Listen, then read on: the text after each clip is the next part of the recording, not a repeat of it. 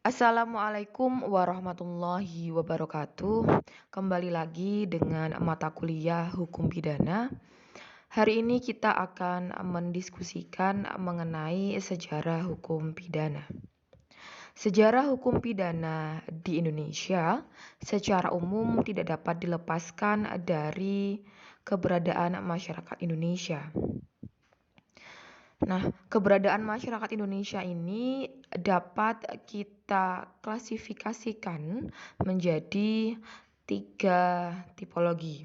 Yang pertama adalah pada saat masyarakat Indonesia berbentuk kerajaan-kerajaan. Sebagaimana kita tahu, masyarakat Indonesia pada masa lampau terdiri dari beberapa kerajaan.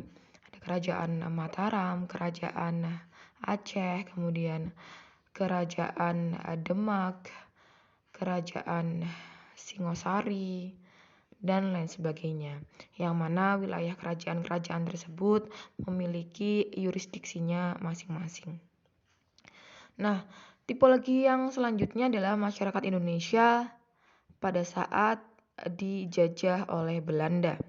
Nah, inilah yang kemudian nanti akan melahirkan hukum pidana yang berlaku hingga saat ini.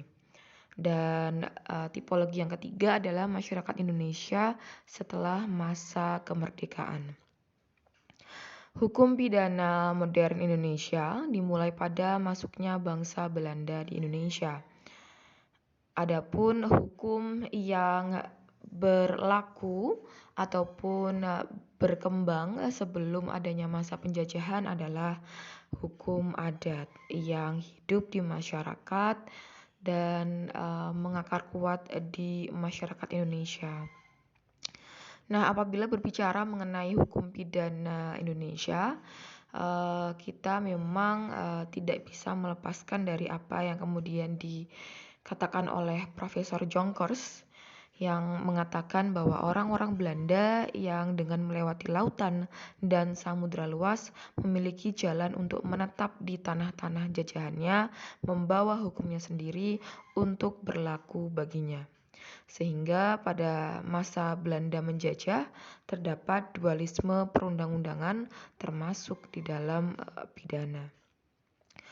Dualisme perundang-undangan tersebut melahirkan kedua kitab undang-undang hukum pidana yang merupakan jiplakan dari Kode Penal Prancis yang oleh Kaisar Napoleon dinyatakan berlaku di Belanda pada waktu negara tersebut ditaklukkan oleh Napoleon pada awal abad ke-19. Dualisme perundang-undangan ataupun dualisme hukum baik di daerah jajahan dan di wilayah Belanda sendiri baru berakhir pada tahun 1881. Nah, pada tahun ini telah terbentuk hukum pidana yang baru yang bersifat nasional dan sebagian besar mencontoh KUHP di Jerman. Sikap semacam ini merambah ke Indonesia dengan dibentuknya KUHP baru atau Wetboek van Strafrecht for Nederlands Indie dengan landasan firman Raja Belanda tertanggal 15 Oktober 1915 yang kemudian mulai diberlakukan pada 1 Januari 1915.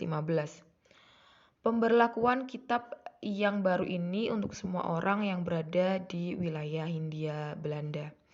Jadi sebagai info bahwa untuk wilayah jajahan Indonesia ini disebut sebagai Hindia Belanda ya, wilayah jajahan Belanda.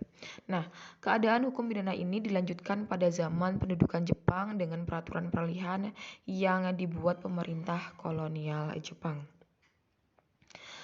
Pada masa awal kemerdekaan Indonesia, untuk menghindari adanya kekosongan hukum berdasarkan pasal 2 Aturan Peralihan Undang-Undang Dasar Negara Republik Indonesia tahun 1945, semua perundang-undangan yang ada masih berlaku selama belum diadakan ataupun dibentuk perundang-undangan yang baru. Nah, kemudian hal ini diperbaharui dengan adanya Undang-Undang Nomor 1 Tahun 1946 yang termuat dalam Berita Republik Indonesia. yang mana jika pasal 2 aturan peralihan hanya menyatakan peraturan sebelumnya masih berlaku selama belum ada peraturan baru, maka frasa ini kemudian diperketat dengan Undang-Undang Nomor 1 Tahun 46, yakni peraturan sebelumnya masih berlaku selama belum ada peraturan baru dan tidak bertentangan dengan undang-undang ini, serta dimulai berlaku yakni tanggal 17 Agustus 1945. Nah, beberapa poin penting dari Undang-Undang Nomor 1 Tahun 1946 tentang status Kitab Undang-Undang Hukum Pidana tersebut adalah pasal 3, yang mana tulisan Nederlands Indi, ya, Nederlands Indi atau orang Belanda, ya, harus dibaca Indonesia atau orang Indonesia. Nah, kemudian perintah dan juga larangan yang dimaksudkan kepada pegawai yang sebelumnya mengabdi kepada pemerintah kolonial Belanda, maka saat setelah hengkangnya pemerintahan kolonial Belanda menjadikan aturan tersebut harus dipahami bahwa dimaksudkan kepada pegawai yang telah mengabdi kepada pemerintahan Indonesia.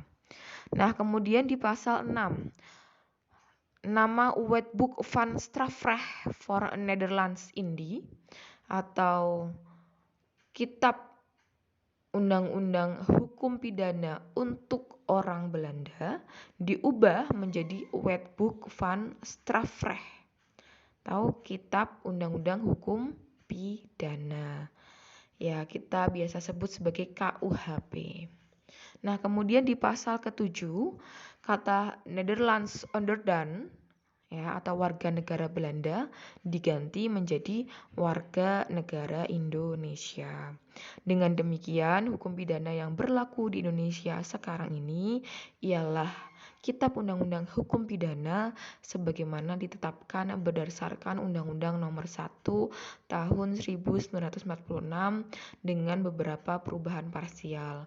Perubahan parsial itu artinya bahwa hanya mengganti beberapa pasal dan atau menambahkan beberapa pasal. Sehingga sejatinya Kitab Undang-Undang Hukum Pidana yang saat ini menjadi sumber hukum material Indonesia, sumber hukum material hukum pidana Indonesia merupakan ataupun berasal dari Belanda, yang mana sejatinya dari segi nilai-nilai, maka nilai-nilai yang ada di dalam KUHP warisan Belanda tersebut adalah nilai-nilai kapitalistik.